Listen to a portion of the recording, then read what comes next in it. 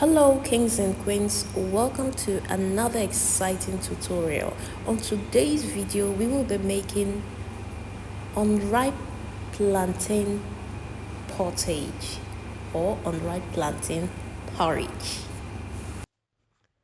Benedict's table, where every meal is made with love.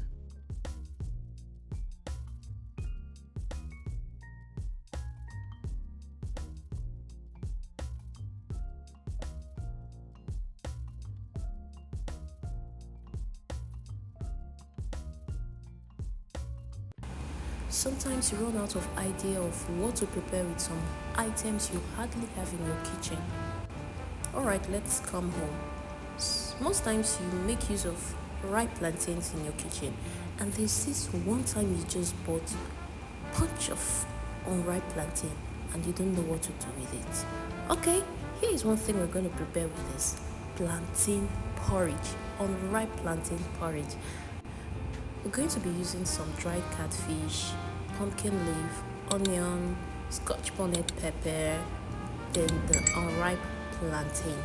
Now, put all this inside the pot, all these ingredients I just listed, pour it into a pot, then you go in with your seasoning cube or powder, whichever one you have. Then next you season with your salt. Please season to taste. You wouldn't want to be giving guests or eating bland food. And next, be generous with your crayfish. Nigerian meals and crayfish, they are 5 and 6. Now you go in with some water.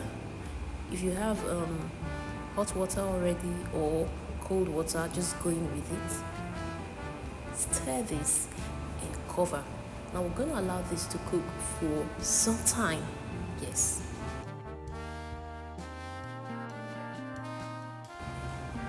Let's go back to check how our food is turning out. Okay, at this point it's boiling and we need to add some palm oil. You might decide to skip this palm oil part if you are so concerned about your health and the amount of fats you consume. Cover and allow to boil, and after some time we go check on it.